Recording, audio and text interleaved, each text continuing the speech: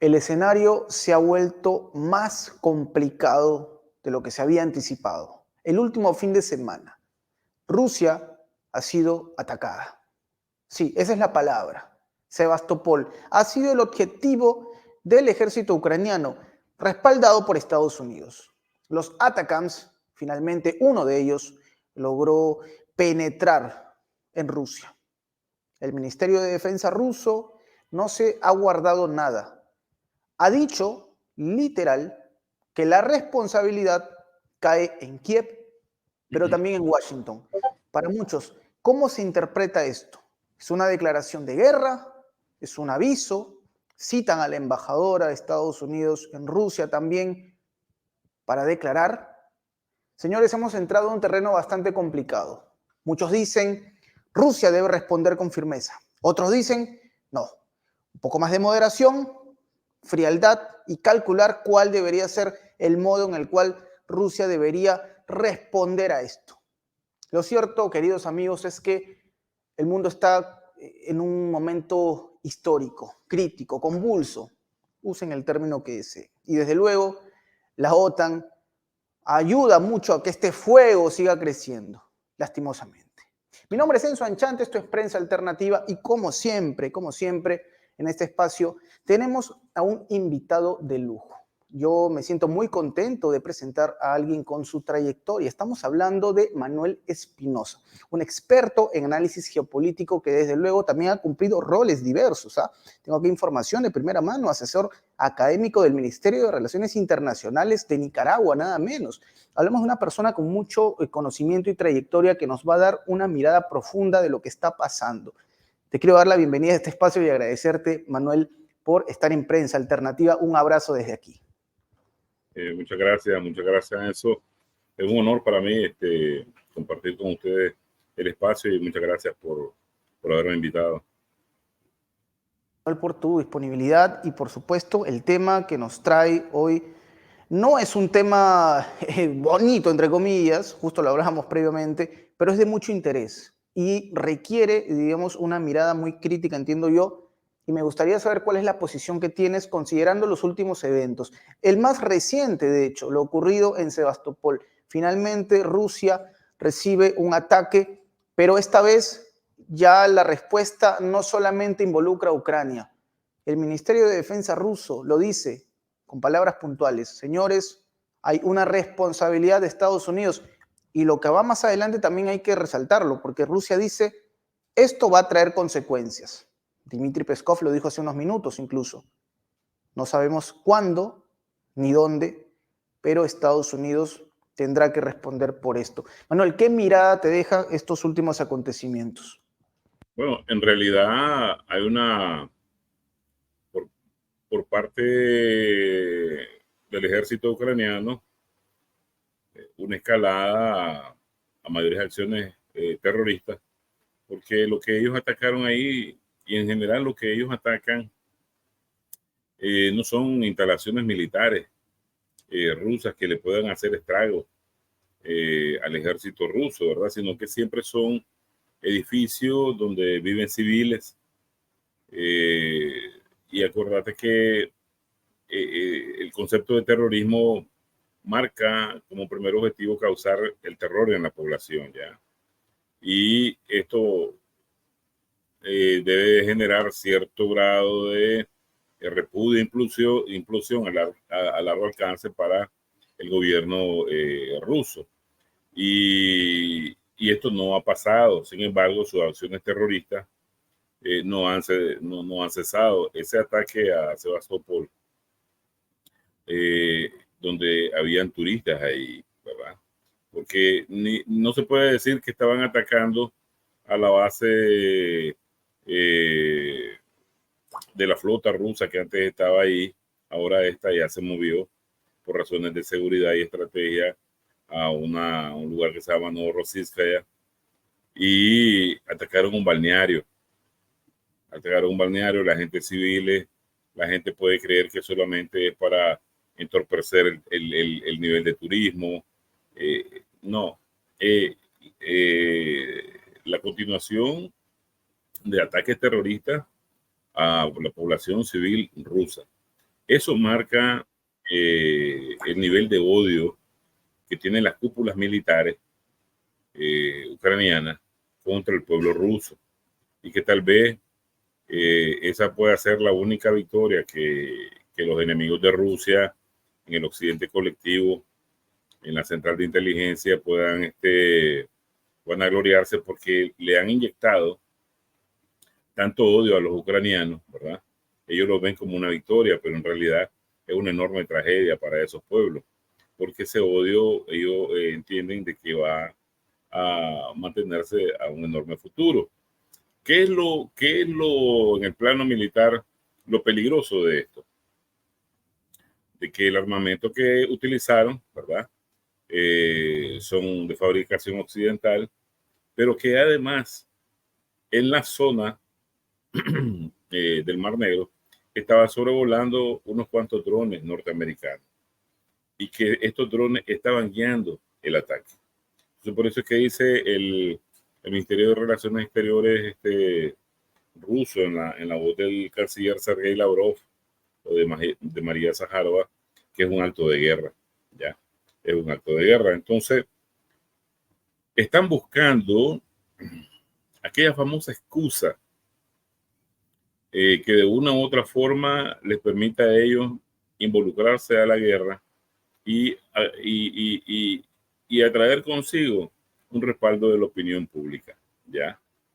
Lo que nosotros vemos, porque si vos recordás, cuando estudiamos el inicio de la Segunda Guerra Mundial, hay una excusa ahí que inventan los alemanes de unos polacos que asesinan a unos locutores de radio en una frontera, y oficialmente pues se decreta que ahí inicia la Segunda Guerra Mundial de manera oficial, o la primera con aquel asesinato al archiduque Fernandín.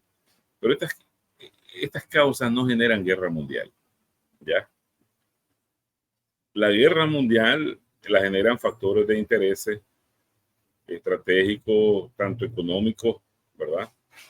En materia de apoderamiento de vastos, enormes territorios de recursos energéticos que le sirvan al atacante a apoderarse y utilizarlo para su desarrollo y bienestar, en detrimento de aquellos que van a saquear, a expoliar y a aniquilar y hasta esclavizar.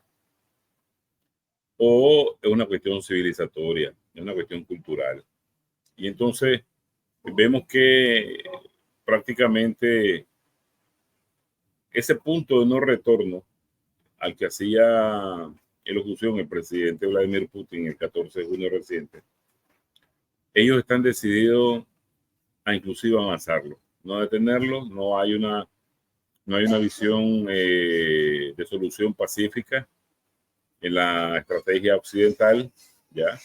Hay una cumbre supuesta de paz, pero que de paz no tiene nada, ¿ya? Más bien es la continuación de la estrategia de la guerra, del desgaste contra la Federación Rusa. Hicieron caso omiso a la propuesta de paz que presentó el presidente Putin en su momento, presidente, como han hecho caso omiso a todas aquellas propuestas que le hizo tanto al Departamento de Estado como a la misma OTAN o a la Organización de Seguridad Europea antes de iniciarse la operación especial militar rusa entre el 21 y inicio del 22. Entonces, ellos están interesados para salvarse del declive estratégico que tiene el occidente colectivo, una guerra a nivel global. Para ellos, como terminaron en la Primera Guerra Mundial y Segunda Guerra Mundial, no importando la cantidad de víctimas que estos eventos conlleven, y quedarse de nuevo pues en el nivel superior de la supremacía, el poderío y el control global.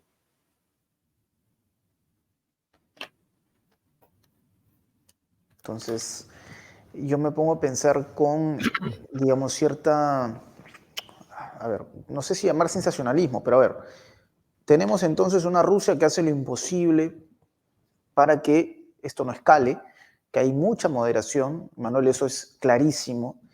Muchos lo dicen. Si no estuviese Vladimir Putin al frente, tal vez, esto hubiese ya explotado, ¿no? Basta escuchar, por ejemplo, declaraciones de Dmitry Medvedev, que es el vicepresidente del Consejo de Seguridad, pero fue mandatario de Rusia, que dijo literal que Washington va a arder en el infierno. Lo dijo, entiendo yo, bueno, quizás con una mirada bastante, o sea, vinculada al asunto que conllevaba lo ocurrido ayer, ¿no? Que fue un día festivo, entendemos, y que tiene cierta implicancia de otro tipo, pero el punto es que ya el tono de Rusia a través del ministerio habla de represalias, o mejor dicho, de consecuencias. Esa es la pregunta, Manuel. ¿Qué verías tú o qué te dice, digamos, este mensaje? Cuando Rusia habla de consecuencias, uno se pregunta, ¿a qué está apuntando Rusia? Ya lo había anticipado Vladimir Putin, recuerdo hace algunos días, ¿no? Hablaba de que ellos tienen capacidad también de tener cierta presencia en otras partes del mundo, ¿no? Tienen aliados en otras partes del mundo. Hace no mucho se firma un acuerdo de cooperación con Corea del Norte.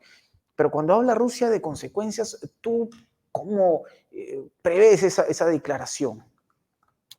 Bueno, es una declaración muy responsable que le hace llamado no solo a sus adversarios en el occidente colectivo, sino también a toda la humanidad en ponerla en alerta hacia dónde todas estas aventuras bélicas de la OTAN, incluyendo ahí a los norteamericanos, están arrastrando al mundo. Nadie más que los rusos, ¿verdad? La Federación Rusa en hablar de consecuencias, porque recordemos que ellos perdieron casi 30 millones de personas durante la Segunda Guerra Mundial, durante la Gran Guerra Patria, que recientemente, el 22 de junio de este mes, hace unos pocos días, unos 2 días, se recuerda el ataque sorpresivo que hizo la Alemania fascista contra la Unión Soviética, ¿verdad? Ese 22 de junio en la madrugada, donde prácticamente casi 3 millones de soldados atacan por sorpresa a la Unión Soviética. Y como consecuencia esa sorpresa, a ellos les es devastadora, ¿verdad? Logran ellos, como el ave fénix, ponerse en pie y terminar 4 años después derrotando al fascismo, pero con un costo en vidas humanas y infraestructura colosal. Colosal que no lo perdieron pues los norteamericanos, ni no lo perdieron los británicos, ni los franceses tampoco. Ellos fueron los que prácticamente, al liberar al mundo del fascismo, pagaron un precio muy alto. Entonces, ese tipo y en general, la Segunda Guerra Mundial eh, tuvo como cifra más de 65 millones de personas que fallecieron ahí. Y ya ni se diga todo el desgaste y el retroceso económico que implicó eso al mundo entero y que facilitó al nuevo sistema, vamos a decir, capitalista norteamericano, imperialista, situarse a dirigir una parte de ese sistema bipolar que quedó como resultado de la Segunda Guerra Mundial. Entonces, es esa consecuencia lo que está tratando de Putin de advertir, inclusive en términos diplomáticos normales, oficiales, e inclusive en términos del empleo o la realización de acciones militares. Y estoy muy de acuerdo con vos porque la prudencia ha sido colosal. O sea, ponerse a pensar que Ucrania algún día le pudo haber ganado a Rusia, que es una potencia nuclear. Cualquier analista iba a decir que eso es una locura, y lo es. Lógicamente, la apuesta estaba para la pandilla de Zelensky en el apoyo y el respaldo de la OTAN, del occidente, ¿verdad? Tanto militar como político, etcétera, etcétera. Pero no le ha servido de mucho, porque hemos visto que el avance de la federación, el avance militar de la Federación Rusa en términos de la conducción de la operación especial militar, hasta donde llega la línea de contacto, que es el frente, lo que comúnmente le llamamos el frente, es aquella parte donde viven ciudadanos de origen ruso, ¿verdad? En su gran mayoría, y mucha gente prorrusa. Basta ir a ver los resultados electorales antes del 2014, cuando el Departamento de Estado con la CIA decidió darle ese cambio de régimen, ¿verdad? A un gobierno elegido. ¿Cómo era el nivel de votación? ¿Ya? Y ahí ver la afinidad. Y Rusia ha sido eh, lo más prudente posible en no emplear toda una maquinaria militar con sistemas de armamento moderno que pudieran haber desarrollado desde un inicio y arrollar de una manera más fuerte al ejército ucraniano y avanzar más en la profundidad, sino que vemos una línea de contacto que va avanzando, pero que es estable.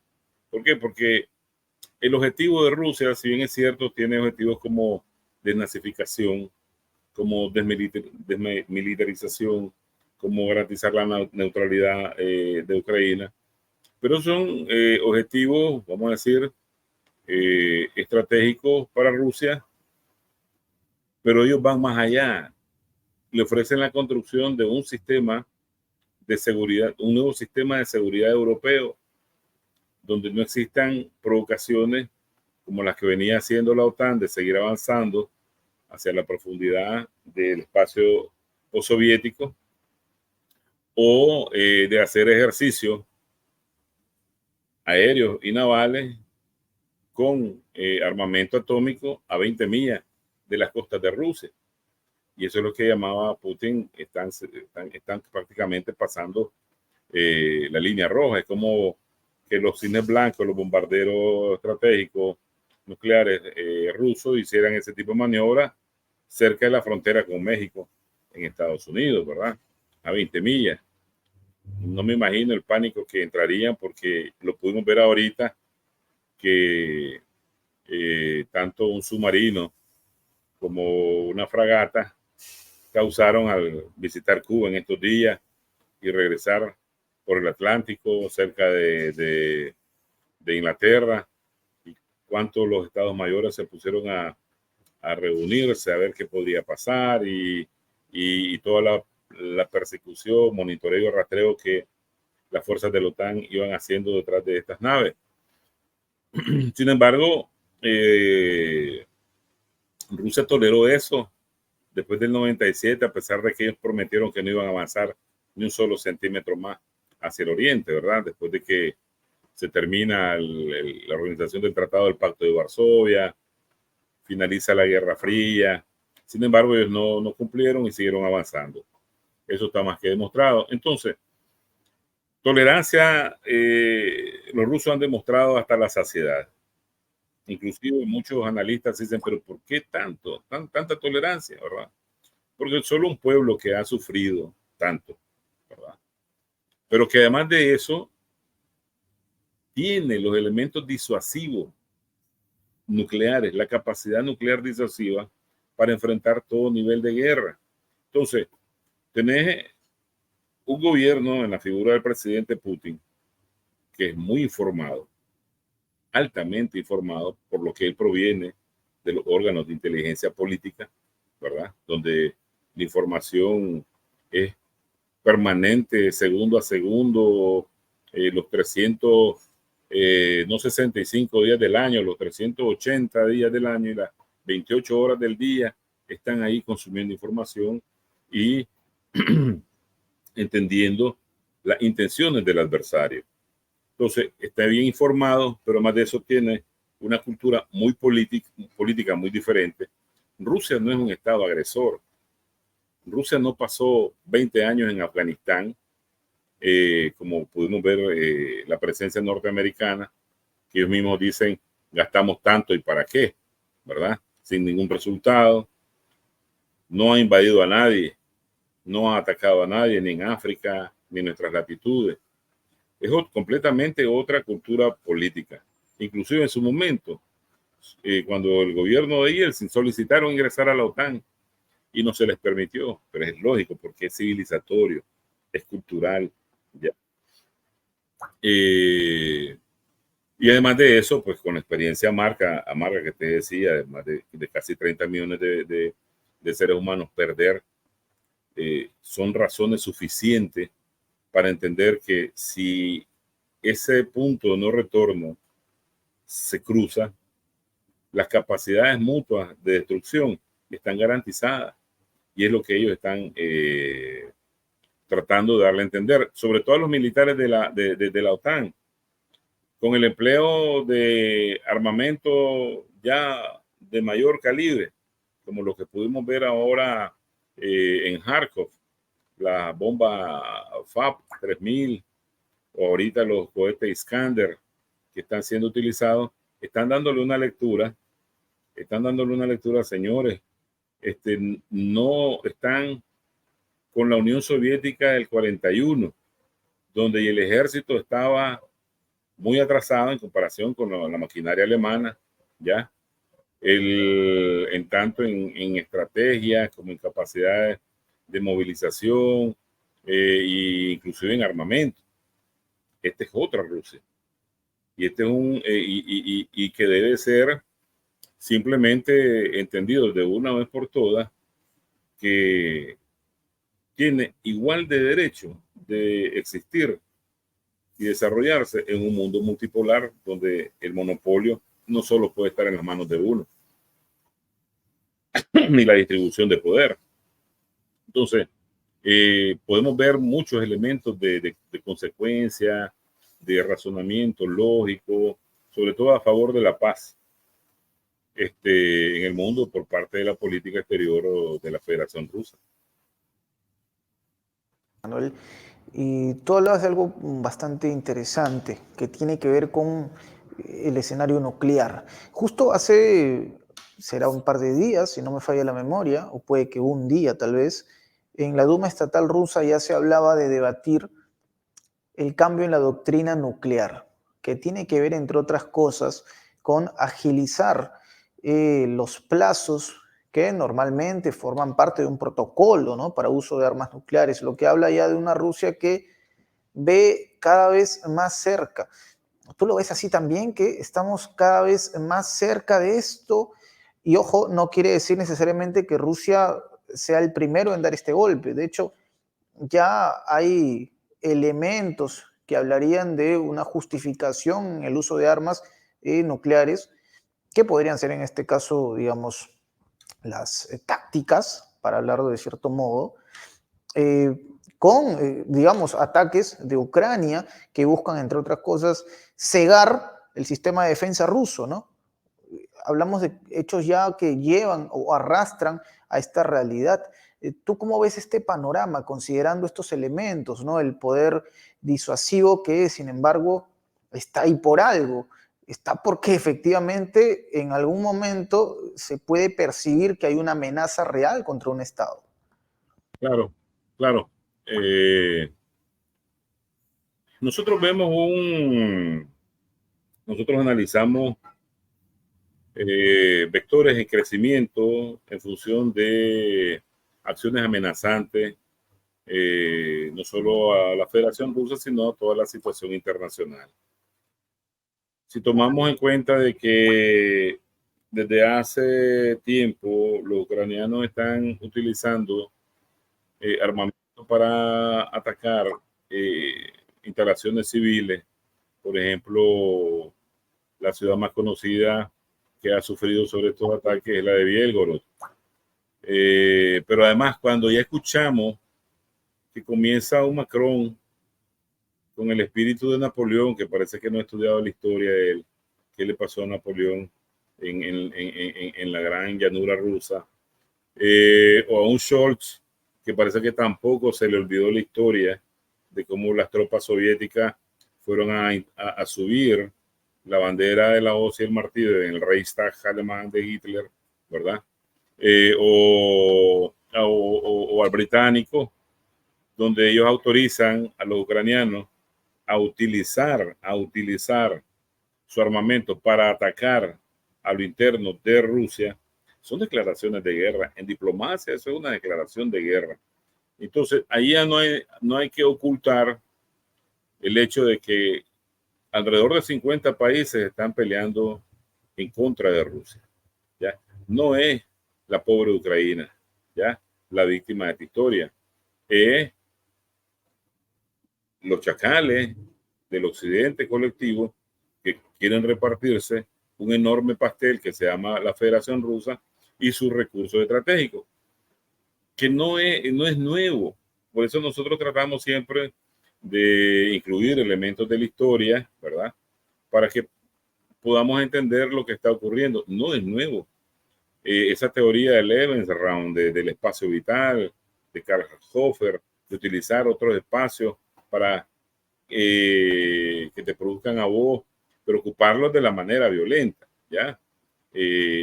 Llegar a releer el libro de Mi lucha de Hitler, Mein Kampf, donde te dice que hay que eliminar el 85% de los pueblos de Europa Oriental y esclavizar al resto, ya, y te va diciendo proporciones, cómo lo van a esclavizar.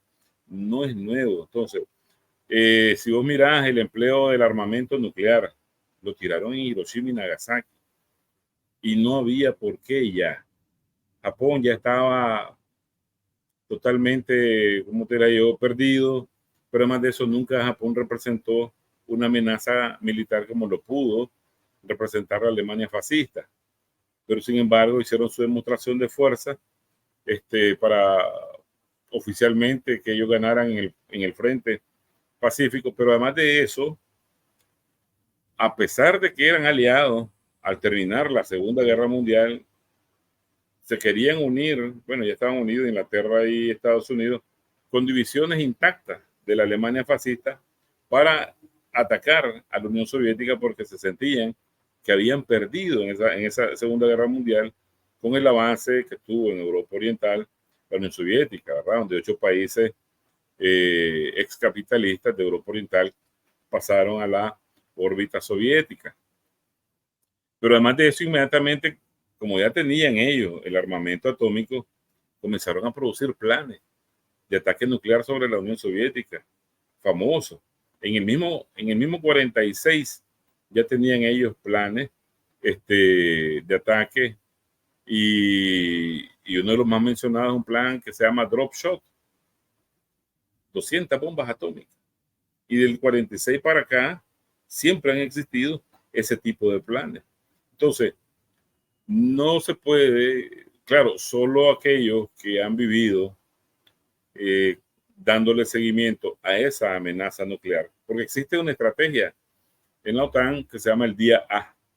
El día, o sea, aun cuando nosotros sabemos que ese enfrentamiento nuclear es de suma cero, que es de autodestrucción mutua, ellos tienen por obligación buscar aquel día en que la oportunidad se dé para realizar un ataque masivo nuclear y que las defensas rusas no puedan sostenerlo, controlarlo, defenderlo. Y que estas mismas tampoco puedan reproducir un ataque de retaliación. Entonces, ese juego perverso, ese juego mortal, que al final va a hacer reventar a la Tierra 50 veces con el armamento que existe, pues desgraciadamente continúa en las estrategias de los pentágonos de Occidente y se sigue financiando con enormes costos, porque vos ves que si nos salimos un poco del plano de Ucrania, lo que está ocurriendo ahí, con tantos recursos que se están invirtiendo en Ucrania, los norteamericanos tienen 40 millones de drogadictos y tienen 20 millones de ultrapobres. Es increíble todo lo que ahora en las redes sociales se puede ver en TikTok, en ciudades como San José, en California, y en otras, zombies. Tantas películas que nos presentaron antes de zombies, ahora ya las podemos ver en vivo y a todo color, desgraciadamente.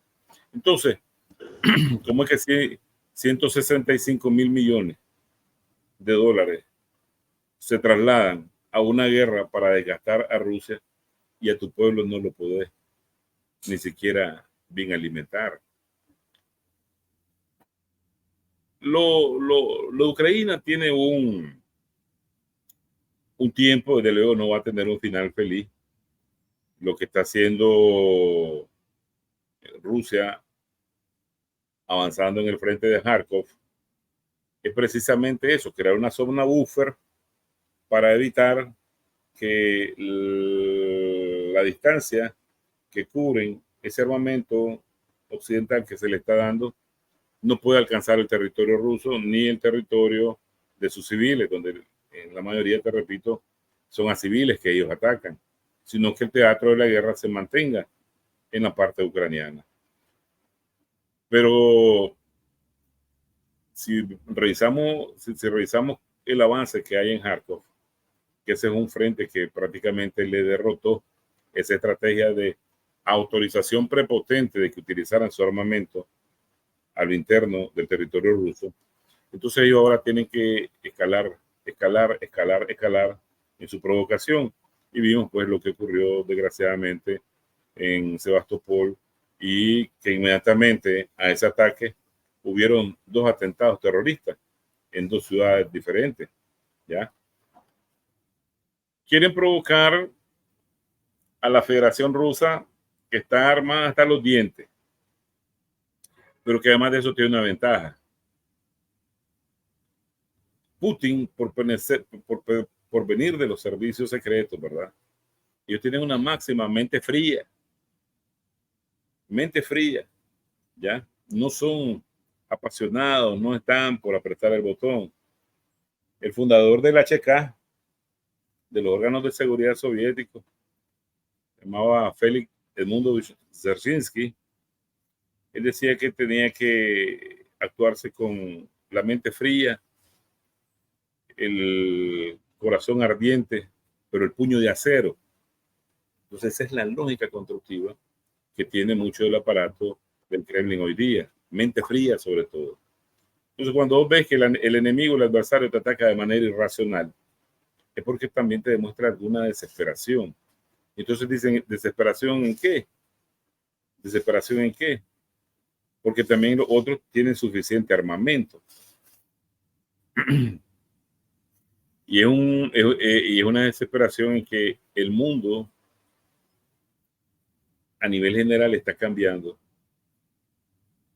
que en otros frentes, además del europeo, las cosas se les están poniendo muy mal y están desesperados en tratar de destruir por lo menos al primero, al que les pueda dar, vamos a decir, o prolongar con Rusia, que le pueda prolongar batalla para después ocuparse en otros lados. Y entonces esa desesperación está viendo que, en el marco de esa desesperación, está viendo que su civilización también está siendo develada en esta circunstancia, en esta coyuntura internacional. Los fascistas, los genocidas, si podemos ver en el plano del Medio Oriente lo que está ocurriendo ahí, ellos son los mismos, nada más que uno habla más de que les dieron la tierra prometida, ¿verdad? Y los otros más hablan más de libertad y de democracia, etcétera, etcétera. La retórica es diferente. Pero vamos, ya van a llegar los 40.000 palestinos asesinados ahí, y más del 50% son niños y mujeres. Entonces, se está develando una cruda realidad donde en varias zonas geopolíticas diferentes, de diferentes civilizaciones y culturas, se les está revelando. Veamos el plano de África. Le está diciendo al neocolonialismo, goleador, extractor, langostino de los europeos, ya no más. Los recursos siempre han sido nuestros. Si vos ves el plano del mundo árabe, también está ya reaccionando, y no solo en defensa de Palestina, sino en establecer mayores consensos de unidad para lo que viene, porque la realidad, eso es que esto apenas está comenzando. Nosotros veníamos desde el año pasado haciendo algunos análisis de prospección. Es difícil calcular cuándo, ¿ya? Aun cuando tengas matrices lógicas que te puedan servir para comprender el desarrollo de la escalada, inclusive a la tendencia nuclear que estaba diciendo.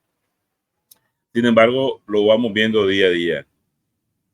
Ese punto de no retorno, el que insistió el 14 de junio el presidente Putin. Y entonces hay varios escenarios. Tenés el europeo, tenés el del Medio Oriente, donde el peligro de Irán, Israel es serio. El peligro de Líbano, Israel ya es más serio. El actuar de Yemen, de los hutíes en el Mar Rojo es cosa seria. Aquí han pasado cosas que tal vez durante la Guerra Fría no se vieron y del 91 para acá tampoco se habían visto en términos de disputar, de retar y de golpear a adversarios potentes como lo es los Estados Unidos e Israel.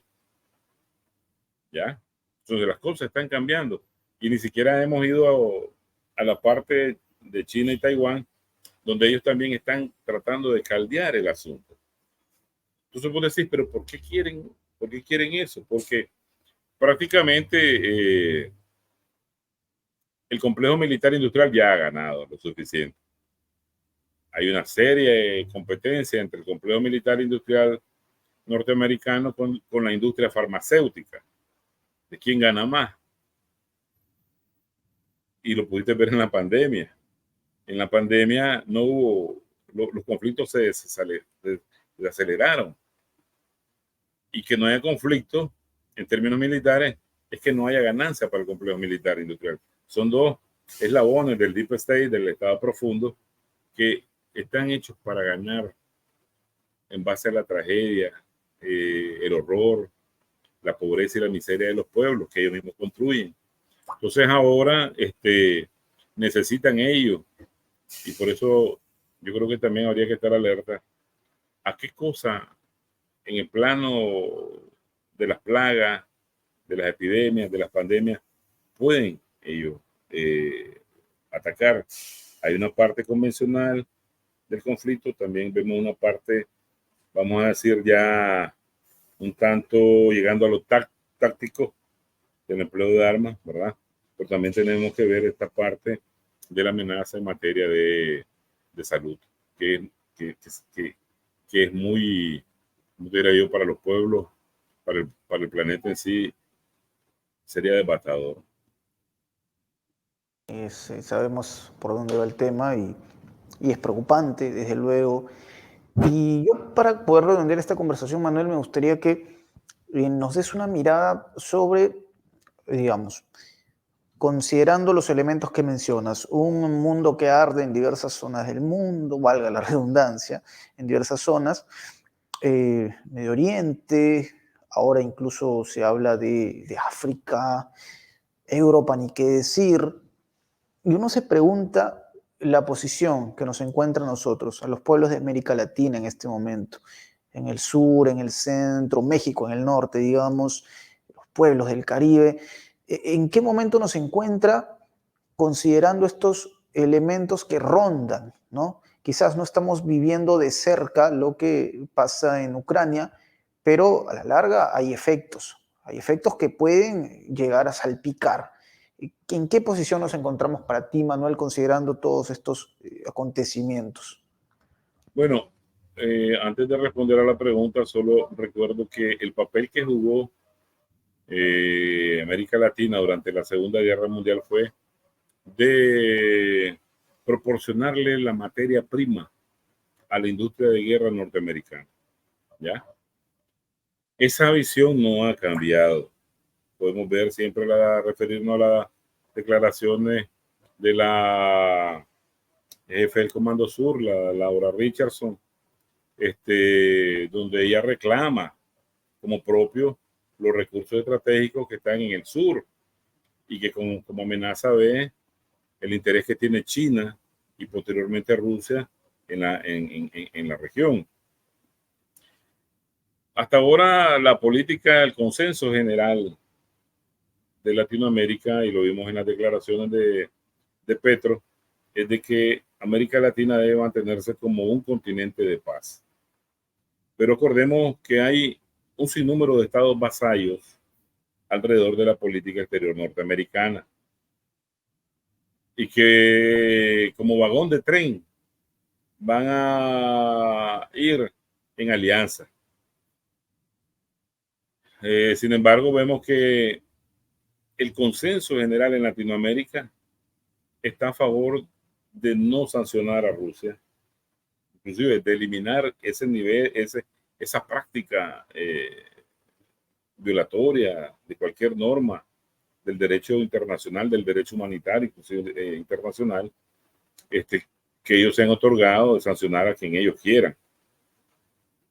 Se han rehusado al envío de maquinaria militar, aunque el Ecuador quiso ahí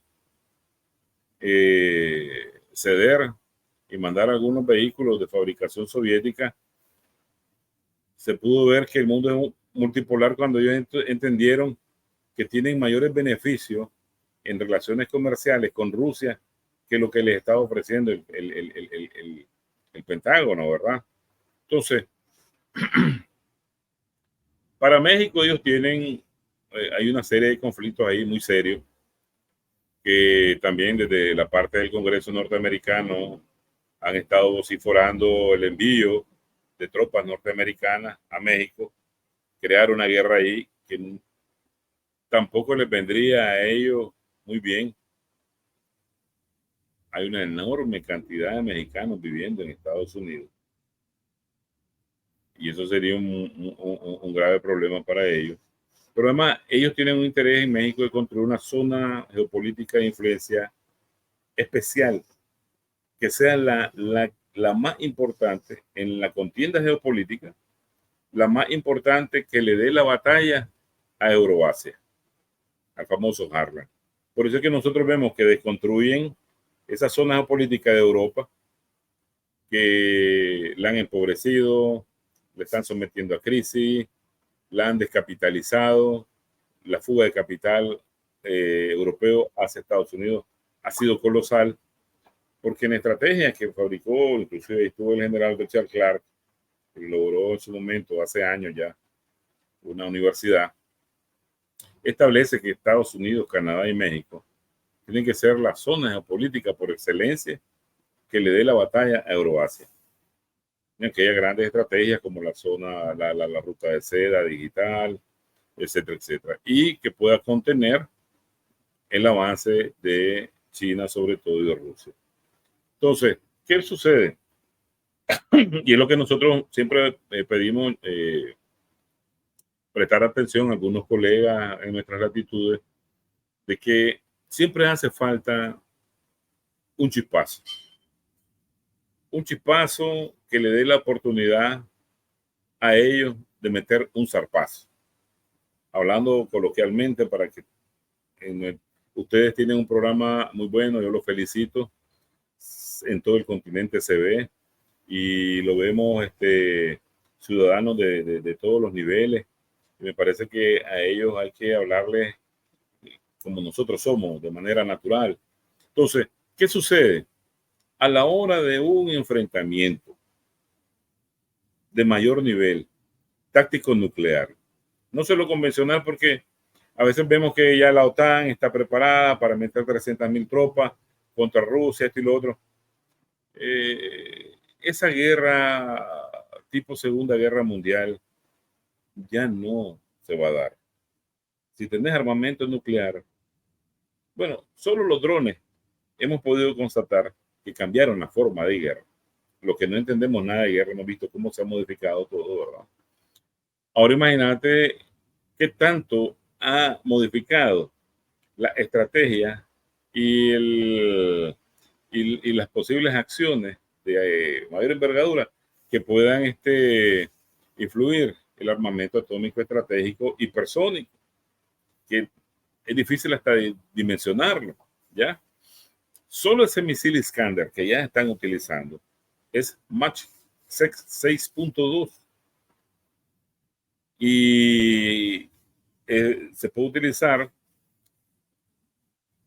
con una modalidad táctica como se está utilizando ahora, o también se le puede utilizar de manera estratégica como ojivas nucleares. O sea, la lectura de las cosas están diciendo, señores, esto solo es cambiarle la cabeza al misil y la respuesta es rápida.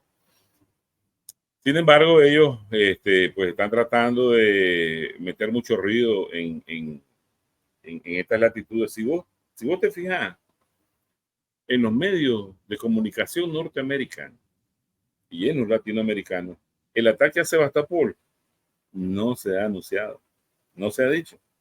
Rastreamos desde ayer, desde los periódicos muy buenos en Estados Unidos, como Político, o el New York Times, o los más que conocemos, ¿verdad? Washington Post, etcétera, hasta los locales. No hay nada. Hay algo ahí que Rusia atacó a un edificio civil en Kharkov y causó víctimas. No se habla de 150 muertos por nada en un balneario. Entonces, ese accionar de influenciamiento psicológico continental sobre Latinoamérica está en curso, como lo estuvo durante toda la Guerra Fría. ¿Ya? Fíjate que mi generación se crió creyendo el cuento de que ellos habían ganado la Segunda Guerra Mundial. Y lo acaba de decir Biden. O sea, como un presidente, pues dicen que su presidente es el presidente del mundo. Se van a dar el lujo de aseverar que ellos ganaron la Segunda Guerra Mundial. O sea, lo que yo veo son a 3 soviéticos izando la bandera de la URSS en el Reichstag alemán. Pero no importa, o sea, a ellos mentirle es fácil y engañar a miles de pueblos porque pues ellos van a repetir lo mismo, como nosotros jóvenes lo repetíamos y lo creíamos, hasta que chocamos con una dura realidad histórica. Entonces, influenciamiento psicológico masivo, de desprestigio a los adversarios potenciales, como puede ser el grupo del bloque antihegemónico, Rusia, China, Irán, Corea del Norte, ¿verdad? Y también sobre nosotros, Cuba, Nicaragua, Venezuela, que somos la miga en el ojo. Entonces, ¿qué sucede? La extracción de nuestros recursos estratégicos naturales sigue en pie, no ha cambiado esa estrategia. La doctrina Monroe de no permitir potencia más allá del Atlántico sigue en pie. La amenaza de la cuarta flota sigue en pie. Las bases militares en muchos de nuestros países están ahí, en Colombia, en varios lugares amenazantes, a Venezuela, en Perú hay presencia militar. El loco de Milei, otro que está presto al servicio de los planes sionistas y norteamericanos. Nosotros tenemos en Honduras bases cercanas, hay 5 bases norteamericanas ahí, al otro lado, en el norte. Entonces tienen ellos muchos mecanismos de presión. Las sanciones están a la orden del día, la política de cambio de regímenes está a la orden del día, el lawfare está a la orden del día. En Perú está todavía el presidente recluido, ¿ya? Y entonces no sé, como te dijera yo,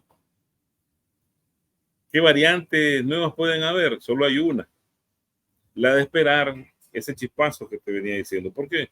Porque cuando hay una situación de guerra mundial, o donde la coyuntura se te dispara a tal nivel, de hecho ya el derecho internacional no funciona.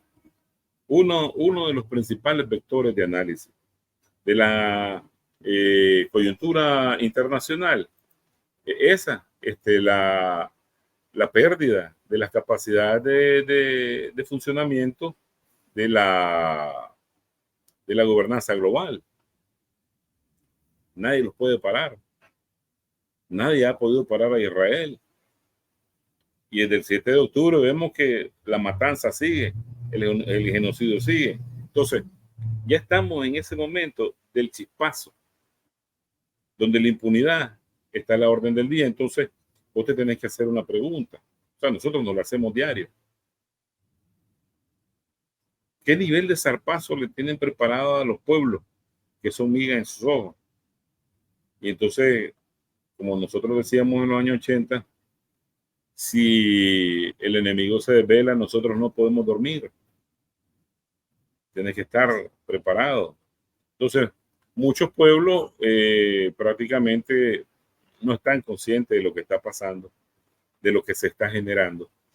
Comúnmente la propaganda siempre ha hecho su labor en cegar los ojos de las verdaderas motivaciones y de quienes poseen esas motivaciones de holocausto global a la humanidad. Porque si vos ves la civilización que destruyó al Imperio Otomano, al Imperio Ruso, como resultado al Imperio Austrohúngaro, como resultado de la Primera Guerra Mundial, o la misma civilización que destruyó vamos a decir, al eje tripartita alemán, son arios. Los japoneses quedaron con 2 bombazos atómicos. Es la misma que sigue gobernando desde la Revolución Inglesa. Y es la misma que está haciendo el genocidio en Israel. Es la misma que ha estado controlando al mundo a través de todos los sistemas y el andamiaje financiero.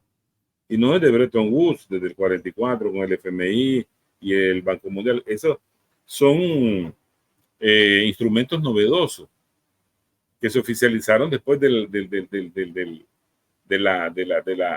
ya al terminar la Segunda Guerra Mundial.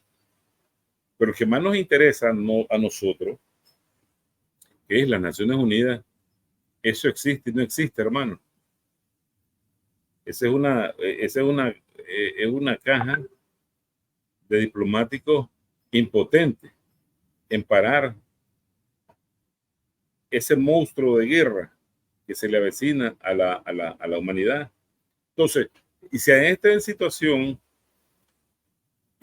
le agregamos la renuencia de Arabia Saudita de continuar con el acuerdo del petrodólar, es que viene a golpear más. Es uno prácticamente de los golpes más duros que ha recibido el poder real de los norteamericanos. Digo un presidente, necesitamos tener el arma que sea la más mortífera en todo el planeta y que pueda hacer que ejércitos enteros se rindan.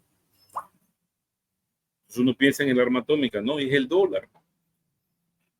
Por eso vimos que termina muy bien tras la Segunda Guerra Mundial y que después, en el 73, logran firmar con Arabia Saudita y respaldar todas las transacciones de petróleo de comerciales con petróleo, ¿verdad? Pero eso se le acabó. Entonces vimos nosotros, nos estamos viendo que entre Arabia Saudita, con China, o con la India, o el mismo Irán, los mismos rusos, están haciendo transacciones en su propia moneda y debilitando el volumen comercial a nivel global del dólar. Y tras este golpe que les da la diplomacia de Arabia Saudita, las cosas están peor para ellos. Los chinos están vendiendo y los rusos su deuda, la deuda pública que tenían con bonos con los norteamericanos. Entonces, hay un serio declive que está demostrando una coyuntura internacional de crisis aguda para los que hasta ahora han ostentado ese poder unipolar, ¿ya? Y lógicamente la reacción no puede ser pacífica. Y eso el mundo tiene que prepararse. Sí. Yo siempre traigo a colación unas palabras de un político de ultraderecha rusa, se llamaba Vladimir Zhirinovsky, En lo personal a mí no me caía bien porque él era además de ultraderecha, pero él, él, él falleció un mes después que inició la operación especial militar rusa. Un mes después, en marzo. Y esta apenas había comenzado y él aseguró que en el 2024 Ucrania iba a dejar de existir y que en el Medio Oriente iban a suceder cosas que el mundo, que la humanidad no había conocido nunca. Y que además Irán no era ni Vietnam, no era ni Vietnam ni Corea del Norte. Entonces nos dio un análisis de prospección que se está realizando. Él murió en marzo del 22 y estamos en junio del 24 y podemos constatar que Ucrania no gana ni ganando, ni que entre la OTAN, no va a ganar, porque además ya Bielorrusia tiene sus disuasivos nucleares ahí. Se trasladó una crisis enorme al Medio Oriente, donde el mundo nunca había visto que en 7 meses casi 40.000 personas fueran asesinadas y más de 1 millón y pico fueran despojados de su territorio. Lo que pasa es que se apuesta a una cultura que la historia de las relaciones internacionales se desconocen. Pues la gente desconoce cómo Inglaterra logró llevar a los judíos a instalarse ahí en Palestina, asegurarles el 52% de lo que fue el territorio de Palestina y después trasladarle la estafeta al sionismo anglosajón que está situado en Norteamérica para permitirle a Israel tener una bomba atómica, no una, pues el arma atómica, y el 87 y pico por ciento de las resoluciones de la ONU hacerle caso omiso. Entonces, como ese sistema de Naciones Unidas con ellos nunca ha funcionado, entonces ya es la hora de agudizar las cosas y expulsar a más de 1 millón y pico de palestinos de la franja de Gaza e irlos exterminando con las cifras que hemos venido repitiendo en el programa, que es dantesca. Hitler en tanto tiempo no logró hacer eso. Por eso es que decía Zhirinovsky, el mundo no había conocido eso. No sé si Nostradamus se había encarnado en Zhirinovsky o algún otro de esos clarividentes que son famosos, pero la verdad es que está sucediendo y parece que en el plano del Medio Oriente se está desatando un nudo que para la humanidad puede ser muy, o que ya es muy peligroso. Porque revisemos cuando había visto que un portaaviones insignia de los norteamericanos fuera atacado, como lo que acaba de pasar en el Mar Rojo, o cuando algún país del Medio Oriente se había atrevido a lanzar un ataque de retaliación contra Israel, lanzarle cientos de drones y misiles y golpear a 2 bases aéreas donde habían salido los ataques al consulado de Irán en Siria. Están pasando cosas, ¿ya? No había visto. Sí, Manuel, mira, en realidad el tiempo nos ha, hemos copado el espacio para la conversación, pero en verdad yo te invito a tener una nueva conversación, una nueva charla, porque en verdad hay muchos temas que me interesaría mucho aportar desde tu conocimiento, Manuel. Ha sido extraordinario, yo te agradezco por tu disponibilidad, te invito a tener otra conversación para hablar más a detalle, y bueno, el tiempo nos ha ganado lamentablemente, pero te doy las gracias. Y querido público, nos vamos a reencontrar muy pronto. Esto es Prensa Alternativa. No se olviden suscribirse, que es totalmente gratis. Nuevamente agradecer a nuestro invitado Manuel Espinosa, quien tendremos seguramente en otra conversación aquí en Prensa Alternativa. Muchas gracias, querido público.